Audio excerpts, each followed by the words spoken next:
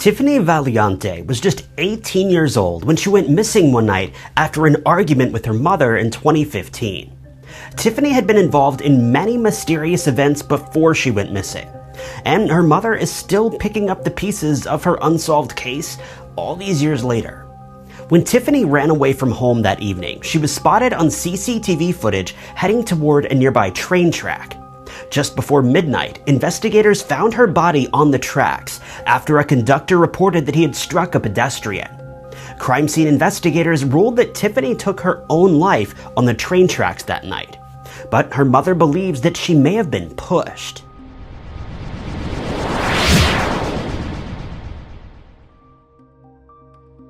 Tiffany Valiante was just 18 years old and had graduated high school with a volleyball scholarship. She planned on using this scholarship to attend Mercy College in New York, but she hadn't decided on a career path just yet. Tiffany was an incredibly talented athlete and played middle hitter throughout her high school years. According to Tiffany's family, she was incredibly caring, kind, and energetic, but if you've watched any true crime documentaries before, you'll understand that the picture family members paint of their missing loved ones doesn't always align with reality. And in the unsolved case of Tiffany, this is no exception. While Tiffany's family would love to believe that she was a happy, easygoing, and very happy girl, her remarks to her friends and her social media posts say quite the opposite. It seems that Tiffany was a seriously troubled child, and much of this trouble came from her parents and immediate family. In missing person cases like this one, or unsolved murder investigations, whichever you prefer to classify this as, there are often secrets that are withheld from crime scene investigators. Whether the family intentionally did this or not is unknown, but we know from various sources that Child Protective Services had been called at least 3 times on Tiffany's mother. Now, I don't feel comfortable diving too deeply into this because we can never truly know what's going on behind closed doors.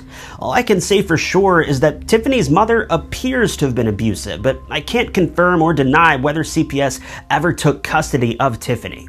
If they did, then it could easily be confirmed that some seriously dark and disturbing crimes were taking place in the family's home. But without this confirmation, this is yet another unsolved part of this cold case. All we know for sure is that Tiffany would often tell her friends that her home life was incredibly difficult, and that she wished to be anywhere but home. It doesn't help that Tiffany had recently come out to her family, and she'd been in a committed relationship in the months leading up to her disappearance. Unfortunately, this relationship was broken off shortly before Tiffany went missing, and some believe that this may have been the motive or the reasoning behind her disappearance, but more on that in just a moment. It was July 15th of 2015 when Tiffany and her family were out celebrating the high school graduation of her cousin. At some point around 9 p.m. that evening, Tiffany's friend made a call to Tiffany's parents and told them that she feared Tiffany may have stolen money from her by taking her debit card and purchasing clothes and food. We don't know why Tiffany would have done this to her friend, but this is a crime that Tiffany's parents didn't take lightly. But it's also a crime that became a disturbing trend for Tiffany, as this was at least the second or third time Tiffany had been caught stealing money from friends and family. Investigators were never called and no charges were ever filed, but her parents were aware that she had a criminal habit that she liked to keep a secret.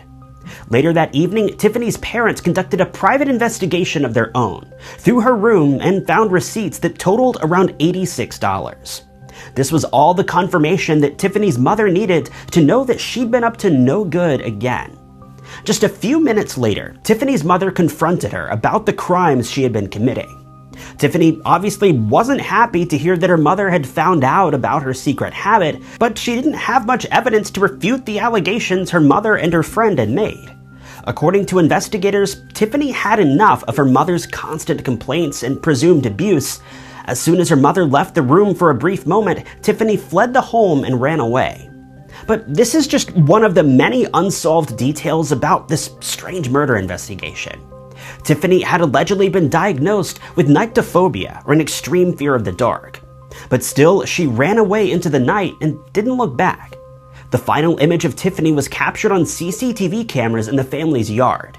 It took a surveillance image of Tiffany leaving the property at 9:30 p.m. In the photo, she can be seen wearing a t-shirt and shorts as well as a headband and brand new shoes. After her parents realized she had run away from home, they did their best to contact Tiffany several times. She never answered her phone and had officially become a missing person. They didn't contact investigators or file a missing person case immediately though, as they thought she may just need time to clear her head and she'd come back later that evening. However, she never came home. In fact, the CCTV footage was the final time that Tiffany would ever be seen alive. It would be around 11 p.m. that Tiffany's father left the home and began searching for Tiffany. He didn't even make it to the end of the driveway before he found a disturbing piece of evidence that gave him chills. Her cell phone had been dropped on the pavement, and Tiffany was nowhere to be found. According to her parents and crime scene investigators, Tiffany never went anywhere without her phone. The fact that she left it behind was a chilling detail that her parents were not prepared for. By 11:30 p.m., Tiffany's parents had filed a missing person report with the local police department. Investigators were quick to jump on the case, but before the case could even begin, they had terrible news to share with Tiffany's parents. As far as the crime scene evidence suggests, Tiffany left her home around 9:30 p.m. and ran off into the nearby woods. Her shoes were found a long distance from the scene of the crime, but investigators were never able to explain this. Special agents would later find several other pieces of her clothing and belongings all strewn a great distance from the crime scene. Special agents believe that Tiffany wandered through the woods barefoot, making her way near the set of train tracks. Once she arrived at the tracks, well, I think you know what happened next. Tiffany would sustain several injuries and lost her life immediately. Most of the wounds were to her head, and a nurse who was nearby the crime scene found her and said she'd already passed away by the time she had arrived at her side. All of this took place at about 11:16 p.m., 14 minutes before Tiffany's family filed a missing person report. In the early hours of the following morning, criminal investigators informed her parents of the terrible news. The only problem with this situation, aside from the obvious, is that police never admitted that this was a crime investigation. Instead, from the very beginning, they insisted that Tiffany had done this to herself. The only hitch with these claims is that, according to various sources, Tiffany was found only partially clothed. We don't know what happened to the rest of her clothes, but they'd be found a short while later during a private investigation conducted by her family. We don't know if she removed them herself or if they'd been removed by someone else. Unfortunately, due to police and crime scene detectives claiming that Tiffany did this to herself, a full digital forensic investigation was never conducted. Tiffany's family were insistent that Tiffany would have never done something like this to herself. Her mother was so distraught about the entire investigation that she took matters into her own hands and began searching for evidence on her own. During her investigation, she came across Tiffany's shoes. It's been rumored that the shoes were found about a mile from the crime scene. She also found Tiffany's headband as well as a sweatshirt and a keychain that she didn't recognize, though admittedly we don't even know if the final two pieces of evidence were related to the investigation or not. She simply found them while she was conducting a search. But what makes this unsolved case even more mysterious and honestly unexplainable is that the coroner claims that Tiffany's feet had no signs of scratches. They weren't dirty, nor did they show any evidence that Tiffany had been walking in the woods for over a mile. So if her mother found her shoes such a long distance away, how had Tiffany traveled all that way without getting a single scratch on her? The best I can tell, she would have needed to walk or run through some seriously dense woods, or at the very least on a street, but there's no sign of this on her body. Ever since these discoveries, Tiffany's mother has done her best to have Tiffany's case reclassified. She's desperately trying to get police to admit that her case was truly an unsolved murder, but she's had no luck. Every time she appeals the ruling on her daughter's case, her requests are denied. An independent investigation was conducted by a private medical examiner, and he too concluded that Tiffany's death was remarkably suspicious. Still, the local investigators refused to budge. But here's where things get really scary, but honestly a bit strange as well. In 2020, Tiffany's family won a lawsuit that they'd filed against the local police department. This meant that the investigators would be forced to re-examine the evidence that they had collected and give a proper forensic analysis. The pieces of evidence that were tested were Tiffany's t-shirt that they found a short distance away from the crime scene, as well as the keychain that her mother had found, and even a bloody axe that they'd found nearby as well. But things only got worse for Tiffany's family from here. According to forensic investigators, all of the items had been mishandled or improperly stored by the police department. This meant that any DNA or forensic evidence that had been left behind was now completely unusable, meaning the case couldn't progress any further.